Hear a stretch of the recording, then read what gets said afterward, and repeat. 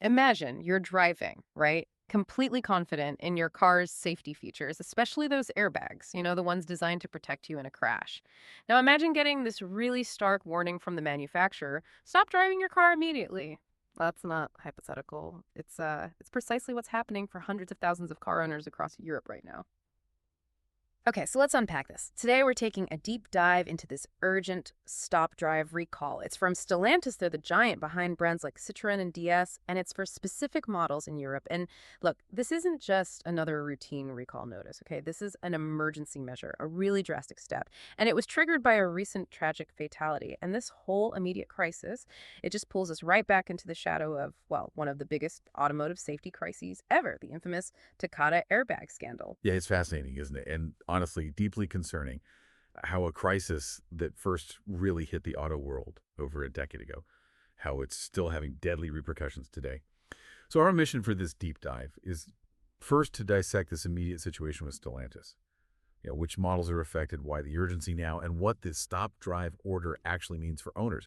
Then we'll zoom out a bit, understand the history, the immense scale of the Takata global failure is just unbelievable. And we need to explore why, years later, but drivers are still at such serious risk. Ultimately, we'll connect all these pieces. The bigger picture of vehicle safety, manufacturer responsibility, which is super complex with global supply chains, and crucially, the role of consumer awareness, which keeps evolving. It's a really stark reminder that some safety problems have a very, very long tail. Okay, so let's jump right into the immediate crisis, the thing that forced Stellantis' hand here. Because this isn't one of those slow-moving preventative recalls you might see for, like, a minor software bug or something. No, this is an emergency. And it was triggered by a specific, very tragic event. We're talking about the death of a woman in Reims, France. She was in an accident in her 2014 Citroen C3. And this fatality is being directly blamed on a failed Takata airbag. So this incident, it didn't just highlight a problem, it literally transformed what was maybe an ongoing sort of slower replacement program into an emergency stop drive order. It really throws a spotlight on the huge impact just one fatality can have, right? It takes what might have been a routine, maybe even an overlooked recall, and bang, it's a full-blown safety alert, highest urgency. This suggests it's not just a part that might fail sometimes, it's one that did fail catastrophically and led directly to someone dying. That suggests a really severe immediate danger. Absolutely. You've hit the nail on the head. When an automaker like Stellantis issues a stop drive order, it's pretty much the most extreme measure they can take, short of maybe buying back every single car. It's not a decision they make lightly, not at all. And it absolutely implies a catastrophic failure mode. Like you said, not a minor defect, not something that might wear out eventually. Stop drive means the vehicle is considered immediately dangerous to operate. Full stop. It poses an unacceptable, potentially fatal risk to the driver, passengers, even other people on the road. It's kind of the automotive equivalent of, I don't know, shutting down a nuclear plant because of an imminent meltdown risk. It's that serious. And after a fatality that's directly linked to a specific part, well, the pressure from regulatory bodies, it just becomes immense. Overwhelming, really. They're not just advising anymore. They're often demanding immediate, decisive action everyone can see. This isn't about preventative stuff or even normal recalls at this point. It's about preventing more deaths right now. And the fact that the previous effort was described as that ongoing, slower replacement. That really underscores how this tragic incident was a huge, urgent wake-up call. It forced this immediate drastic escalation. It means the perceived danger of these specific airbags went from, say, a potential risk to an imminent threat almost overnight, demanding an instant, absolute stop to using the car. It's just terrifying to think about, isn't it? You wake up, think your car is safe, reliable transport, and then you get told, nope, absolutely cannot drive it, effective immediately. Because that is precisely what Stellantis' emergency statement tells owners. If you have a second-gen Citroen C3, or a first-gen DS3 made between 2009 and 2019, you should immediately cease using your vehicle when safe to do so. They've said affected customers will get a letter. Okay, but let's think about the practical side for you, the owner. What does immediately cease using actually mean? Is Stellantis providing alternatives right away, like loaner cars, rental assistance, for people whose main transport just became unusable? Or is it literally, sorry, your car is now a very expensive paperweight in your driveway? And what about that phrase, when safe to do so? What does that actually mean? Can you drive it carefully to a dealership? Or is it truly, do not drive one more mile, pull over, park it? Oh, that ambiguity. It must cause so much anxiety and confusion for, well, potentially hundreds of thousands of drivers. You've hit on probably the most critical practical challenge, absolutely. From the car maker side, Implementing something this widespread, this urgent, for a huge range of older cars, it's a monumental logistical nightmare. Operational hurdles everywhere. Just think about the manpower, the coordination needed. Stellantis needs to get technicians out there, organize towing for potentially hundreds of thousands of cars that can't be driven in, set up temporary service bays, maybe mobile repair units, train staff on this specific, very sensitive repair, and then manage this massive wave of calls from desperate owners wanting answers, wanting solutions. And these cars, they span a whole decade of manufacturing, 2009 to 2019. That's a massive, diverse fleet to track down. Many are probably on their second, third, maybe even fourth owner by now. And then there's the parts issue, the sheer volume of replacement inflators needed for this decade's worth of cars. Considering Takata went bankrupt, there could be global shortages. It just adds another layer of huge complexity. So yeah, it's not just a big financial hit for Stellantis, though it is that too. It's an operational war zone. And as for safe to do so... Yeah, the general understanding in such an extreme stop-drive situation is, if you are driving right now, find the absolute nearest, safest place to pull over and stop as soon as possible. And do not start driving it again. It's generally not interpreted as drive it to the nearest service center. It means stop. Now, imagine getting that message while you're on the motorway or stuck in city traffic. The immediate stress would be incredible. Oh, absolutely. And the anxiety for owners must be enormous. Their daily commute, getting kids to school, work, doctor's appointments, even just groceries. Yeah. Suddenly compromised, possibly for weeks, maybe months. Who knows how long the fix takes? And yeah, you asked about legal and insurance stuff. Huge implications. If someone keeps driving after getting that explicit warning, it could potentially void their insurance if they have an accident. And they could be held personally liable for damages, injuries, even deaths, potentially facing criminal charges in some places because they knowingly operated a vehicle declared unsafe by the maker and regulators. It puts an unbelievable burden on the owner. And actually reaching those owners, that's proving to be a massive hurdle too, isn't it? Especially with these older cars. Stellantis specifically said it's of paramount importance for owners to keep their address and contact details updated with the DVLA, that's the UK Vehicle Authority, like the DMD in the US or similar bodies elsewhere, so they can be reached in a timely and efficient manner. But let's be real. We all know how tough it is to reach owners of older cars effectively. People move. They sell cars privately. The new owner maybe doesn't update the registration right away, or people just forget. I mean, who religiously updates their vehicle registry info every single time they move house? So how effective is sending a letter in an emergency like this when time is absolutely critical and lives could be on the line? It feels kind of analog for a very urgent modern problem. That's exactly where government bodies often have to step in. To amplify the message, enforce compliance in ways a manufacturer just can't. The French Transport Ministry, for instance, has explicitly publicly requested that all these Citroen C3s and DS3s under the Takata recall be removed from the roads immediately. That kind of direct public intervention from a national regulator, it's incredibly significant. It shifts the whole thing from a manufacturer's request or warning, which, let's face it, some people might ignore, to a governmental demand, backed by public authority, potential enforcement. Right. It adds a whole new level of seriousness. Exactly. And it raises that important question about government oversight, doesn't it? How do these bodies influence the speed, the enforcement of recalls? What power do they really have to demand cars off the road, even if it disrupts people's lives? This very proactive, very public step by the French ministry, it stands in stark contrast to maybe slower industry-led efforts you sometimes see. It really shows the extreme gravity of the situation, and the government saying public safety comes first. And what's also critical to grasp here is the scale of the problem already known in France. Stellantis had already fixed 481,000 effective vehicles there, out of 690,000 known to have Takata airbags. Wow. Yeah. Which implies a huge number, around 209,000 vehicles, might still need fixing just in France, including those 82,000 aging models specifically mentioned in reports. That's a lot of potentially dangerous vehicles still out there, even after years of recall efforts. That's staggering. It is. And it makes the ministry's direct intervention even more critical. It highlights a really painful truth. Even with the best intentions, persistent outreach from car makers, a significant chunk of affected vehicles can just remain unrepaired, waiting for a catalyst, like this tragic death, to force more drastic action. It really underscores the massive challenge of getting 100% compliance on safety recalls, especially as cars get older and change hands more often. That is a staggering number. Frankly, alarming, isn't it? To think over 200,000 vehicles in France alone might still have these faulty, potentially deadly airbags. even after a decade of recalls. Okay, so this immediate crisis is severe and needs urgent attention, but to really get the depth, the persistence, the implications, we absolutely have to trace it back to the source, the huge global catastrophe that was the Takata airbag scandal. Because this isn't new. Problems with Takata airbags first rocked the auto industry in 2013. It involved a series of deaths and injuries caused by airbags made at their Mexican plant that, terrifyingly, failed to inflate during collisions. Oh. The initial recall then was for about 3.6 million cars. Seems like a lot, but so let's really set the scene for you, the listener. 2013. This thing first surfaces. What was that initial shockwave like in the industry? How did this problem seem to just spread so fast, so insidiously? Yeah, 2013. The initial discovery was a profound shockwave. It really reverberated through every part of the auto world. I mean, an airbag, right? It's probably the most universally trusted safety device in a car, designed only to save lives, reduce injury. The very idea that it could fail, or worse, actually become a hazard itself, that was deeply unsettling. And the technical failure, it was much more insidious than just, a simple glitch. The inflator, these are basically small metal canisters with propellant inside that ignites to fill the bag super fast. Okay. They were degrading over time.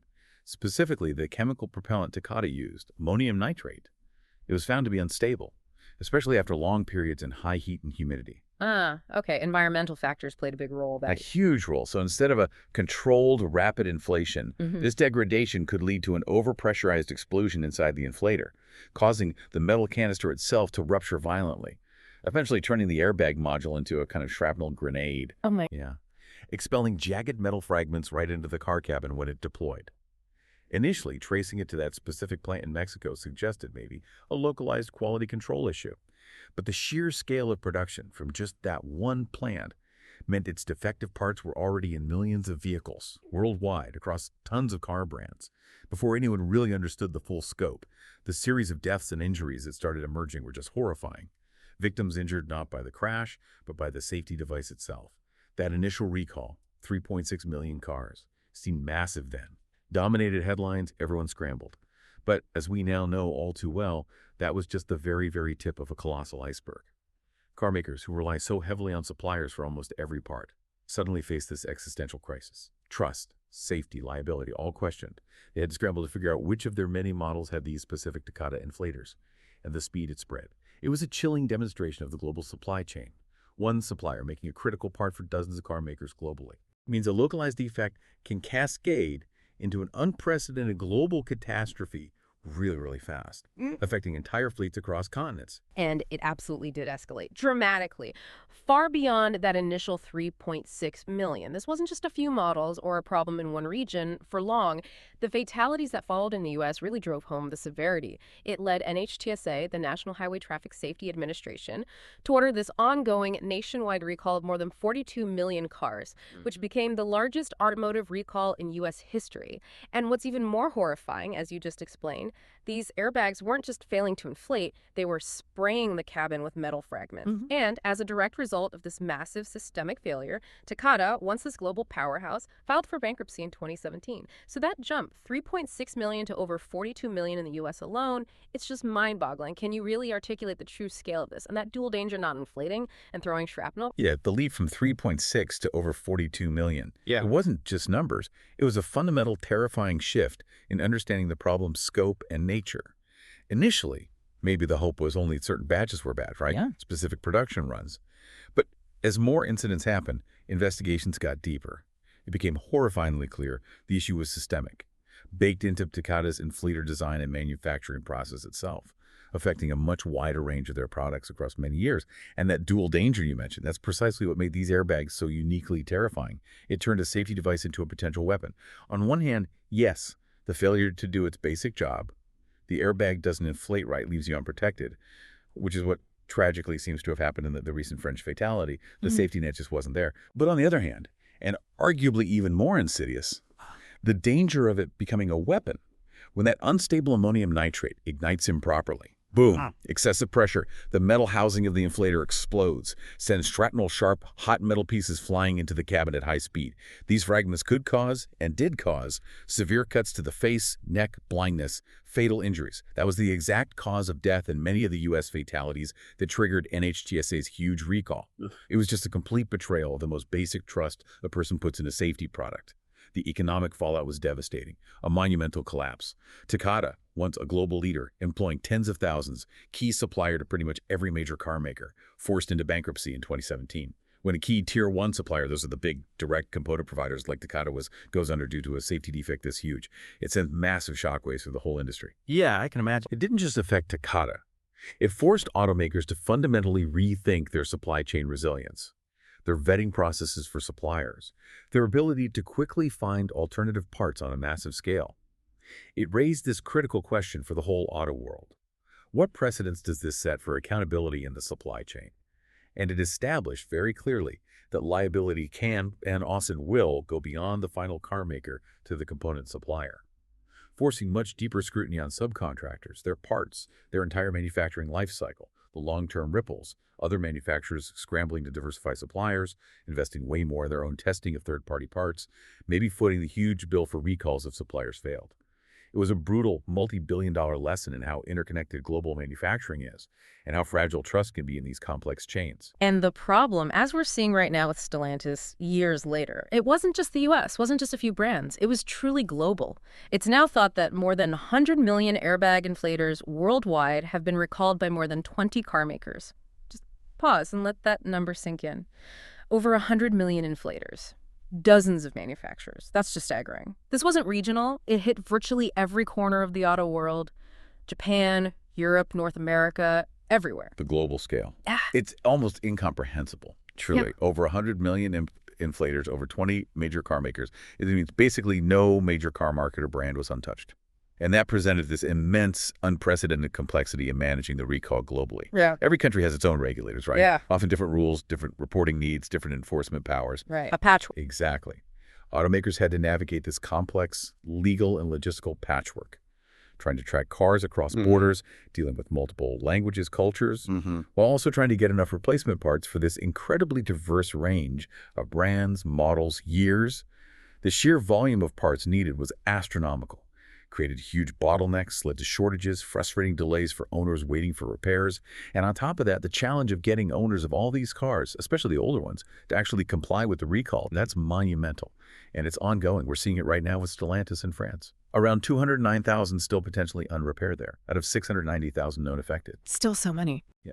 Even with the best intentions from manufacturers, mail, email, ads, trying everything, a significant percentage just remain unfixed. Often because of ownership changes, outdated contact info, or just owner complacency, lack of awareness maybe, or thinking it's too inconvenient.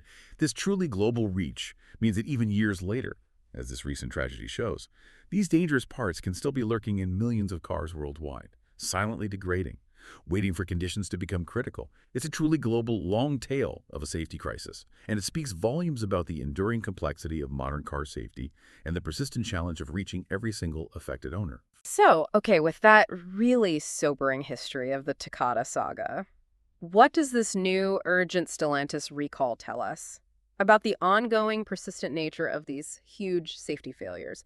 It brings us right back to the immediate crisis and one of its toughest parts, the lingering danger in older vehicles. The recent death in France involved a 2014 Citroen C3. In car terms, that's now an aging model, right? And the emergency stop drive order, it applies to cars made as far back as 2009. These aren't new cars. They've been around, often passed through multiple owners. And that presents really unique, significant challenges for recall campaigns.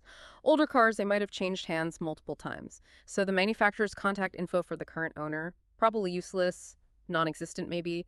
These cars might not go to official dealerships for service anymore. They go to independent garages. So owners might not be getting those direct service reminders or recall notices from the brand itself. It's just a huge, complex tracking and outreach problem. Makes it incredibly hard to ensure that critical safety info actually reaches the person driving the car now, the person who needs to act immediately. This situation raises an absolutely fundamental question, doesn't it? How long does a safety recall stay active or relevant? Especially for parts that can actually become dangerous over time, like these Takata airbags. And the answer, as this case tragically shows, is indefinitely. A safety recall doesn't expire. It's a permanent notice of a defect impacting safety. The responsibility to fix it stays with the manufacturer, regardless of the car's age. However, the onus also falls more and more on later owners to actively check for open recalls. That's a really good point. Yeah, many people assume, often wrongly, that if they buy a used car, any big safety issues must have been fixed already by previous owners or the dealer. Clearly not always the case. And it's a dangerous assumption. We're seeing right now the painful reality of this long tail for safety defects. These aren't problems that show up right away. The underlying issue, that chemical degradation of the propellant, it happens over time, often sped up by things like heat and humidity. So a part that seemed perfectly fine when the car was, say, 5 years old might become critically dangerous at 10 or 15 years old, as we're seeing now. And this has profound implications for the used car market. Huge. Buyers need to be incredibly diligent, proactive, checking for open recalls using the vehicle identification number on the manufacturer site or through national regulators like DVLA or NHTSA. That shouldn't just be a suggestion. It should be mandatory, a non-negotiable step before buying any used car. No matter how old it is or how good it looks, without that check, used car buyers are basically inheriting potential silent safety hazards without even knowing the risk. That is such a crucial point. And it leads us right to the critical role of getting information out there, broad awareness.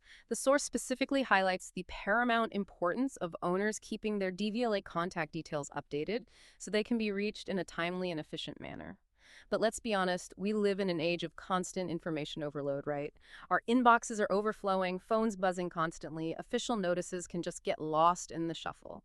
So how do manufacturers and regulators actually make sure these vital, life-saving warnings cut through all that noise? It's not just about sending a letter or posting online. It's about making that message hit home, compel action, overcome inertia, complacency. It's arguably one of the biggest challenges facing public safety campaigns today. Seriously.